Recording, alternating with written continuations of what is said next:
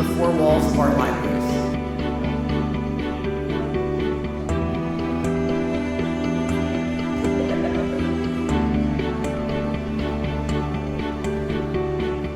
There's some real dirty stuff.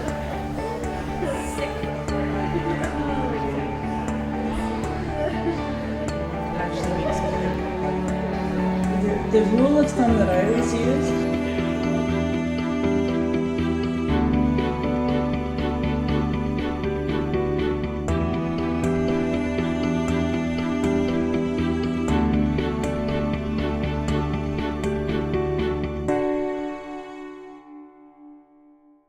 So how is everybody's energy level?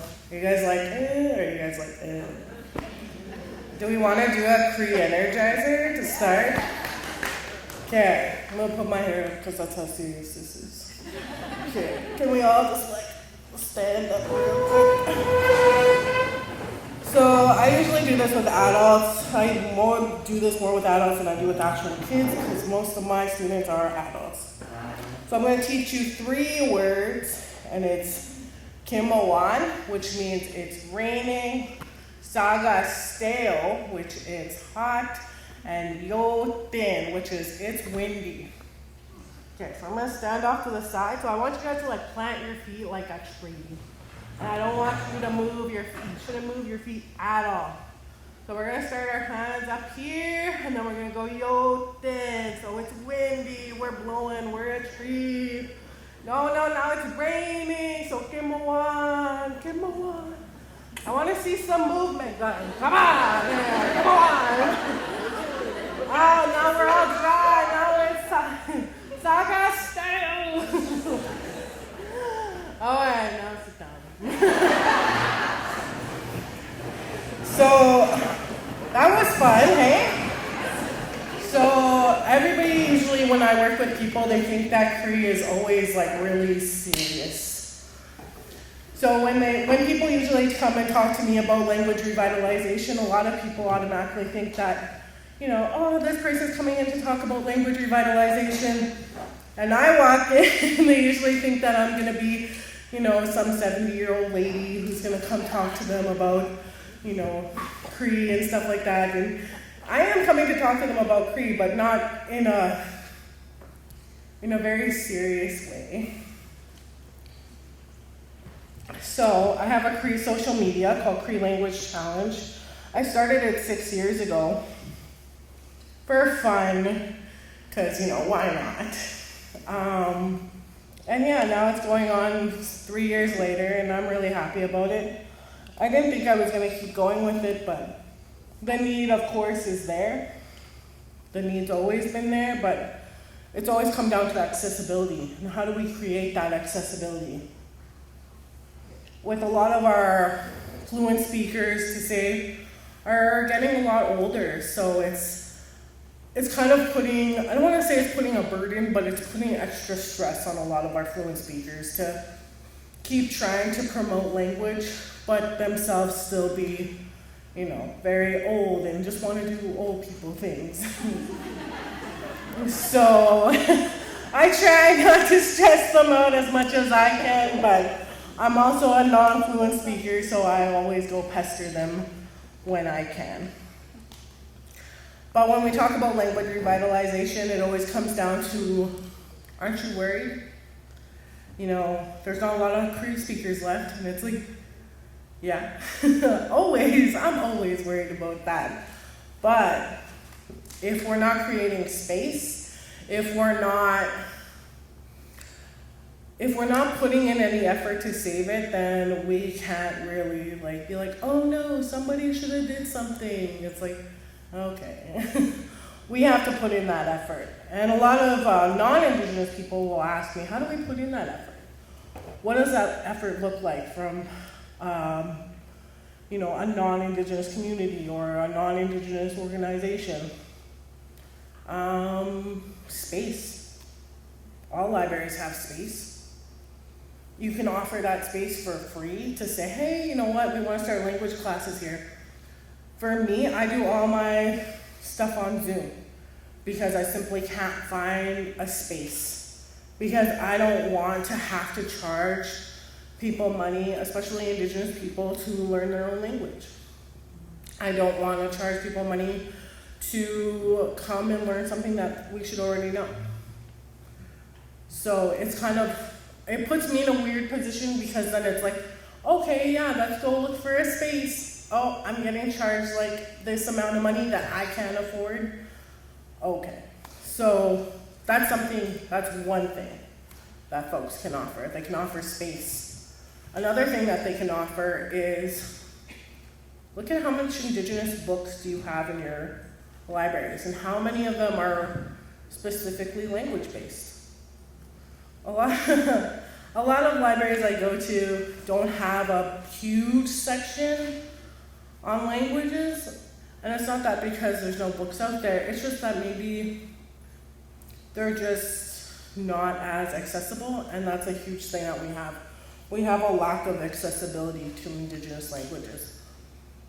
And it's because a lot of our languages are oral. We're now just finally getting into the idea of writing down our languages. And that's proven very difficult. I can write in Cree, and I can read in Cree. But I can give my mom a book and say, hey mom, can you read that? She's gonna look at me like, no, what is that? But she doesn't do the same thing to English, because she can read English. She's perfect English speaker and writer. But the minute I give her something in Cree, she's like, I have no idea what that says. But if I read it to her, no problem. Picks it up just like that. The thing is now what we're seeing, especially in places like mine, where I've learned language way later on in life, and it's the same thing for kids even in elementary schools, we see a lot of the times that oral learning isn't enough because the way our brains are wired to learn now. 100 years ago, our brains weren't wired to sit in a classroom. They were wired to go out onto the land. But now, we're in schools. We're in schools K to 12 and sometimes university. So our brains are wired that in order for us to learn, we have to sit and we have to listen and we have to read and we have to write. So now we're finding that, okay, now we have to change up the way we look at language. It can't be just this oral way of thinking and way of knowing now. And a lot of us are struggling with that. So when we talk about language revitalization, people often question me, like, why do you read it? Why do you write it? Why don't you just speak it? It's like, it's a lot complicated. And then we get into this idea of silent speakers. I don't know how many of you have actually heard that term.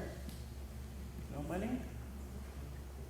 So what a silent speaker is, and I know a few, it's people who can perfectly understand Cree. I can talk to my two brothers in Cree, and they'll always reply to me in English, always. For the simple fact that they cannot comprehend how to speak back to me in Cree. But they know what I'm saying. But they just can't reply back to me in Cree. And that's through colonization.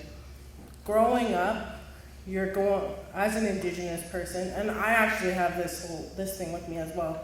I can't speak as fast as I can understand, so I a lot of the time will also depend on English to reply. But what happens when you're a kid and you're learning, when you're listening to people speak Cree around you, a lot of times because of, a lot of Indigenous people have been hurt by colonization. So when we speak Cree, a lot of our old people will tell us oh, you shouldn't be learning this, go over there. But you're still hearing it. But because when you grow up like that, you automatically understand oh, I'm not supposed to learn this. But your brain is still absorbing all those words, still absorbing that knowledge. So then what starts happening is when you grow up and you kind of oh, okay, I can understand this, I can understand that. But now there's something in your brain that tells you, no, we're not supposed to be doing this. And it's kind of like a safety measure that our brains have put in place for us. And it's due to intergenerational trauma. And we see that a lot with speakers especially who are in their 40s and their 50s. who can understand Cree. I can speak to them in Cree perfectly, they just can't reply back to me. And it sucks, because how do we get people to unlearn trauma that they didn't even know they had? How do we get people to be okay with trying to speak Cree? How do we get past this idea of it's okay to be Indigenous? I don't know the answer to that, because I could say today, hey, I'm happy to be Indigenous, but racism still exists, but colonialism still exists, but harmful attitudes still exist. So it's like, okay, I'm happy to be Indigenous, but there's somebody out there who's not happy. And I can't change that. But we have to change the way we think. Especially when we think about language revitalization, especially when we think about Indigenous people, we gotta change our frame of thinking and knowing. But that got a little deep, so we're gonna go back a little bit. So, a lot of people, a lot of the times will ask me, why did you want to learn to speak Cree? And I was like, one day I was applying for university and they didn't have the course I wanted. So I was like, why not? And that's how I got here. And I've heard Cree growing up my whole life. And I was like, like, that's just what old people talk about. I was like, not really interested. And then I started taking this Cree class, and I was like, okay, this is pretty cool. But there's a part of me that is really arrogant in my way of thinking. Because as an Indigenous person who was raised by 2 fluent speakers, I was like, man, like, Cree's gonna be easy. Like, it's gonna be super easy. I'm gonna get it just like that. Just because. And it's been 6 years and I'm still not fluent. So, kind of blew that up in my face. But I still try every day. I'm always like, one day I'll be fluent. And then a lot of the times my elders will say, yeah, one day you'll be fluent if you take it seriously. It's like, I do take it seriously, but I also got a job. I also got friends. I got a dog. Like, I can only do so much. And so I was like, okay. So I still learn all the time. I teach myself, which is like, don't do that. Don't do that. Oh, I got 5 minutes. Okay. They're gonna pull the curtain on me here soon. Pretty soon she's gonna be like. And then they're gonna turn the lights off on me, or there's gonna be music, and I'll be like, okay, thanks.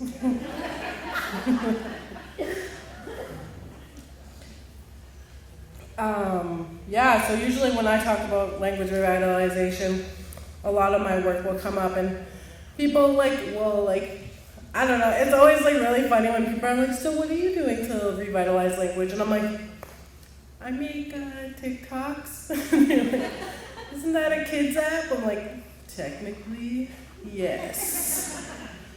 But it's super accessible, and it's free for people, and that's how we're gonna revitalize language, is by creating opportunities for people that are in urban centers, or just don't have the time, or just don't have any fluent speakers around them.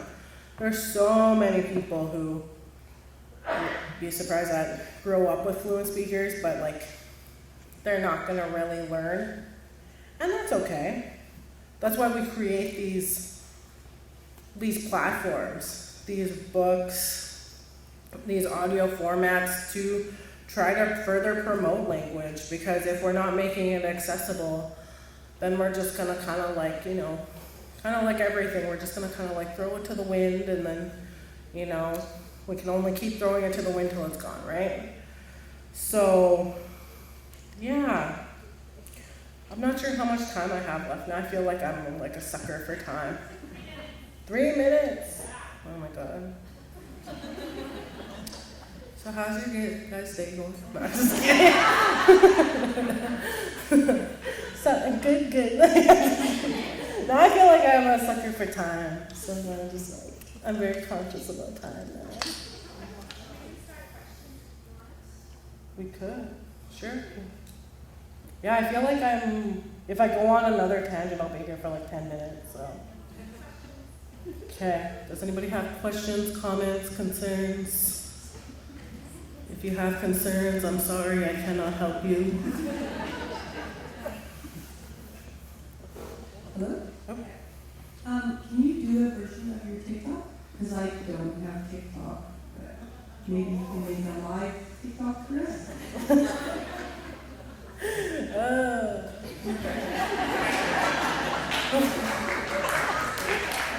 That's too much work.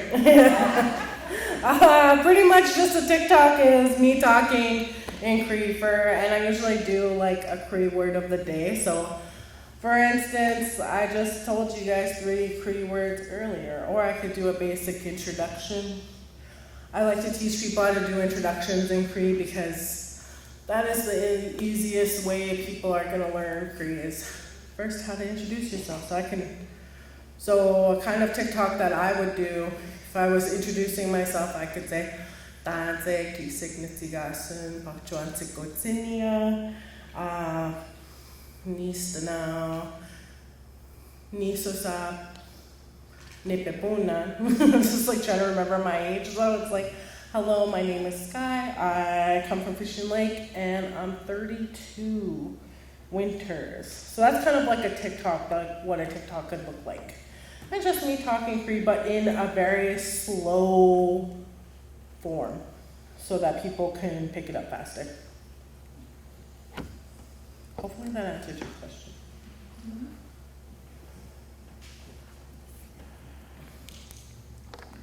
So, Portage College, which is local, offered a Cree course, Cree language course through, I don't really know if it went, through their,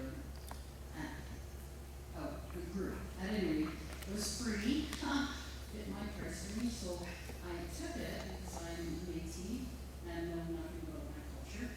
I thought this would be one way, and it was online, so I didn't even have to go to pajamas. But the problem is, this was a year and a half ago, and unless I'm singing the little song, I have no one to practice. Mm. So how do you suggest that those that are trying to learn practice, because we know practice is how we keep it going? Yeah, you gotta find other people to go talk to. You gotta go to the res.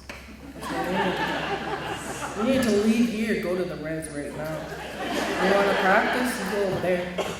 Over there. Or Lake. Over there. That's where you're gonna learn. Like, I live in an indigenous community, so I can go find speakers whenever I want. They don't want me to find them, but I find them. And then they start speaking fast, so I'm like, okay. But yeah, like, honestly, you gotta go make some indigenous friends, and you need to go talk Cree to them.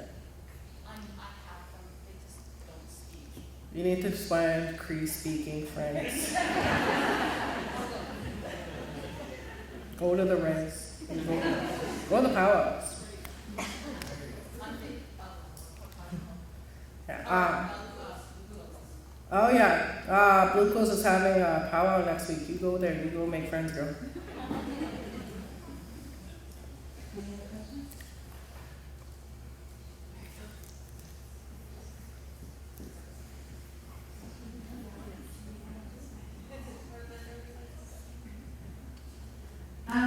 You said a lot of the speakers of Cree, fluid speakers are getting older. Mm-hmm.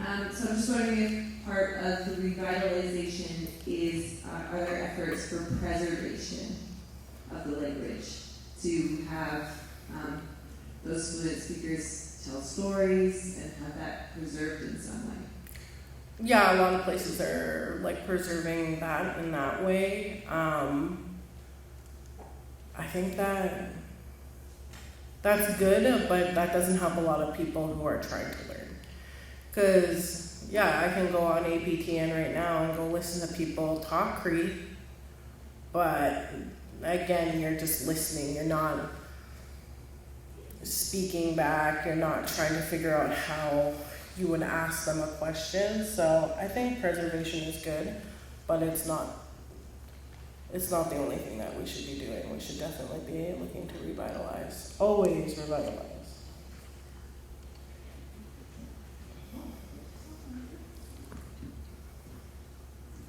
I was also interested in learning Korean. I took some lessons and I had a chance to learn a little bit of the syllabics. And if you think that Cree is getting lost, I see how hard it is like, to translate the Cree word in the Cree syllabics. I wonder if in your classes you're trying to also teach syllabics as well? Yeah, I write and read in syllabics. So, I don't necessarily teach it because I'm just not there, like, confidently enough yet. One day, but yeah, I can definitely read it and write it. I'm just not confident enough to teach it, but I'm still practicing because as we all know, my teacher used to tell me all the time, like, it's a dying art, and I'm like, always like, damn, like, why you guys gotta make me sad? So I try to teach as much as I can, but I'm still not confident enough to teach it. But yeah, definitely, Blue Quills offers a syllabics course. They used to offer it with Sue Dion, but I think she's retiring now, which is so sad because she's just such an amazing teacher.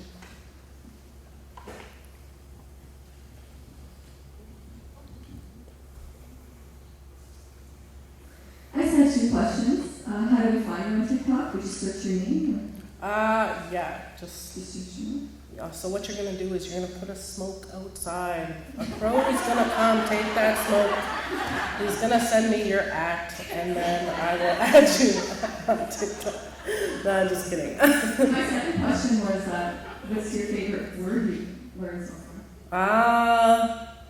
It's a word that I didn't know I knew, but you know, it's always been in there, and it's one that I always embarrass myself with. It's called the Tigo Min, which means I have lice, so.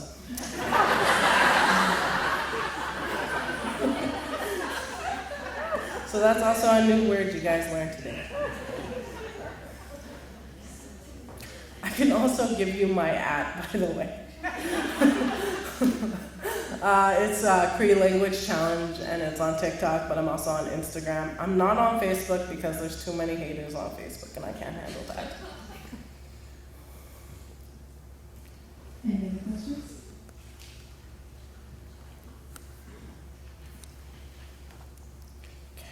Okay. I think we're good.